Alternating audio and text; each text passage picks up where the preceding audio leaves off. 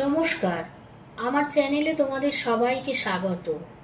আজকের গল্প অ্যাক্সিডেন্ট, লেখক প্রমথনাথ বিশি। অবশেষে ট্যাক্সি মিলল। এক টানে দরজা খুলে ঢুকে পড়ে বললাম, হাঁকাও। ঘন্টাখানেক ধরে সমস্ত রাস্তাটা ছোটাছুটি করে জরিপ করে দেখেছি, না একখানা ট্যাক্সি, না একখানা ফিটন গাড়ি, না একখানা রিক্সা। কেন যে মরতে অসময়ে এই বেপাড়ায় এসে পড়েছিলাম বন্ধুর জন্মদিনের নিমন্ত্রণে, অদৃষ্টই জানে। মমিনপুর পাড়ায় কখনো আসিনি, ট্রামে বাসে যাতায়াতে দেখেছি এই পর্যন্ত। এদিককার ভূগোল সম্বন্ধে ধারণা অত্যন্ত অস্পষ্ট। বোধ করি লন্ডন শহরের পিকাডিলি সার্কাসের পথঘাটের চেয়ে বেশি। বন্ধুটির আবার সময় সম্বন্ধে নিষ্ঠা প্রবল। সে ফোন করে জানিয়েছিল যে সন্ধ্যা 6:53 তার জন্ম হয়েছিল, তাই তার মায়ের ইচ্ছা এই সময়টাতেই অনুষ্ঠান হয়, আর ঠিক সেই সময়ে বন্ধু বান্ধবেরা উপস্থিত থাকে। রজতের মায়ের ইচ্ছা অন্যরূপ হতো। স্থানকাল সম্বন্ধে অনভিজ্ঞ পাঠক ভাবতে পারেন, বালিগঞ্জ থেকে মমিনপুর যাওয়া, এর মধ্যে এমন কি অ্যাডভেঞ্চার আছে যা ফলাও করে গল্প লিখতে হবে? আপাত বিচারে কথাটা মিথ্যে নয়, তাই স্থানকাল সম্বন্ধে কিছু বলা আবশ্যক। বছরটা 1943 সাল, সময় শীতকাল, রাত্রি 8:30।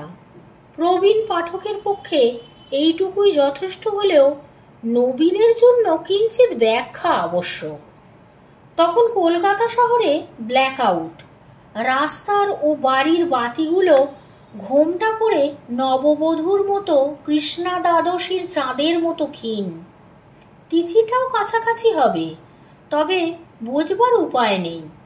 আকাশ মেঘে ঢেকে গিয়েছে, টিপ টিপ করে বৃষ্টি পড়ছে, আর সময়টা শীতকাল। পরিবেশ রচনা এখনো শেষ হয়নি। মাঝে মাঝে সাঁজোয়া গাড়িগুলো ভীম বেগে ছুটে চলেছে। ব্যস্ততা দেখলে মনে হওয়া অসম্ভব নয়। বুঝিবা পথের মোড়েই জাপানি সৈন্য ঘাঁটি গেড়েছে। অসতর্ক পথিক চাপা পড়ে মরলে ক্ষোভ নেই, মানুষ মরবার জন্যই তো ফৌজি গোড়ার আগমন।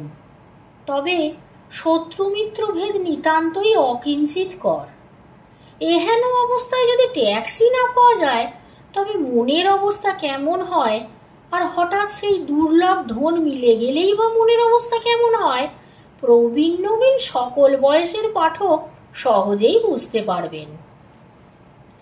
ট্যাক্সিতে উঠে অদৃশ্য প্রায় ড্রাইভারের উদ্দেশ্যে বললাম, ডায়মন্ড হারবার রোড, বর্ধমান রোড, কালীঘাট পুল, এই পর্যন্ত বলে হেলান দিয়ে বসে এতক্ষণের ধকল সামলানোর চেষ্টা করতে লাগলাম।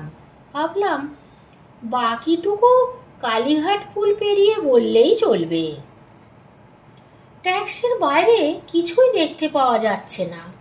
মাঝে মাঝে এদিক ওদিকে 2-4টি আলোর বিন্দু, সেসব যেন অন্ধকার চাপা পড়া আলোর শেষ আর্তনাদ। ট্যাক্সির ভিতরে অন্ধকার আরো গাঢ়। পল্ললের জল যেমন বেশি ঘোলা নদীর জলের চেয়ে। ট্যাক্সি ড্রাইভারগণ এমনিতেই অর্ধদৃষ্টে, তাদের পিঠের দিক ছাড়া প্রায় দেখতেই পাওয়া যায় না। এ লোকটা তো একেবারে অনুমানগম্য, তবে নিশ্চয়ই একজন ড্রাইভার আছে, নতুবা গাড়ি চালাচ্ছে কে? ভাবলাম গাড়ি চললেই হলো, বাড়ি পৌঁছলেই হলো, মোটামুটি নির্দেশ তো দিয়েছি। গাড়ি চলছেই তো চলছে। একবার মনে হলো এত দূর সোজা চলবার তো কথা নয়, এতক্ষণে বর্ধমান রোডে ঢুকে মোড় ঘোরা উচিত ছিল। তখনই মনে হলো নিশ্চয় ঢুকেছে, অন্ধকারে খেয়াল করতে পারেনি। কিছুক্ষণ পরে হঠাৎ সম্বিত হলো যে গাড়ি যেন মাঝেরহাট পুলের উপরে উঠে পড়েছে। হ্যাঁ, ঠিক তাই। নিচে একখানা মালগাড়ি অন্ধকারের বন্যার মতো বেগে চলে গেল। আরে তুমি কিধার যাতা? এ কোথায় চললে? Where are you going to. Hindi, Bangla, ইংরাজি 3 ভাষাতেই বললাম, আর বেশি ভাষা জানি না। কিন্তু কে কার কথা শুনে পুল থেকে নেমে ডায়মন্ড হারবার রোড ধরে গাড়ি ছুটে চলল। বেগ যেন আরো বেশি হয়েছে। ভালো মুশকিলে পড়া গেল। এ কার পাল্লায় পড়লাম, পাগলের না বদমাইশের? তখনই আমার মনে হলো নিউ আলিপুরের মধ্যে দিয়ে টালিগঞ্জ হয়ে বালিগঞ্জ যাওয়ার একটা পথ আছে বটে। বোধ করি সেই পথে ধরবে। सुनिए ड्राइवर जी, নিউ আলিপুর সে বালিগঞ্জ জানা। লোকটা চমকে গেল কিনা জানি না, হাওয়ায় শব্দ ভেসে গেল। সে ভীম বেগে চলছে।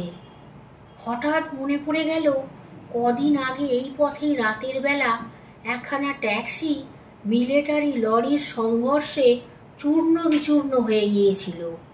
সংবাদটা নিয়ে বেশ চাঞ্চল্য হয়েছিল। কাগজে লোকটার ছবিও বের হয়েছিল। সংবাদপত্রের লেখক হিসাবে ইংরেজকে সংরক্ষিত ভাষায় গাল দিয়ে জাতীয় কর্তব্য সমাপন করেছিলেন। সেই ঘটনা মনে পড়ল। তবে ঘটনাটা ঘটেছিল ঠিক এখানে নয়, বেহালা ঠাকুর পুকুর পেরিয়ে ডায়মন্ড হারবারের কাছাকাছি মাঠের মধ্যে। আরে, এ যে বেহালা বাজারের মতো ঢুকে পড়ল। তখন ঝুঁকে পড়ে উচ্চস্বরে ধমক দিয়ে বললাম, আরে তুম क्या कर रहे हो, अभी घूम के चलो। কিন্তু কে কার কথা শোনে, গাড়ির বেগ আরো দ্রুত হলো। না, বদমাইশের হাতেই পড়েছি। যুদ্ধের কল্যাণে ও জিনিসটায় বান ডেকেছে কলকাতা শহরে। আর কিছুদিন লড়াই চললে একটাও সৎ লোক থাকবে না দেখছি। কিন্তু এখন কি আর করা যায়, রক্ষা পাওয়ার উপায় কি? ঠাকুর পুকুর পেরিয়ে এসে গাড়ি নক্ষত্র বেগে ছুটছে। আমার অনুনয় বিনয় পরামর্শ নিষেধ কিছুই শুনছে না ড্রাইভার।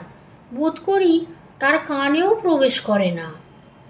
অগত্যা হতাশ হয়ে ভবিতব্যের হাতে আত্মসমর্পণ করে চিন্তা করতে লাগলাম।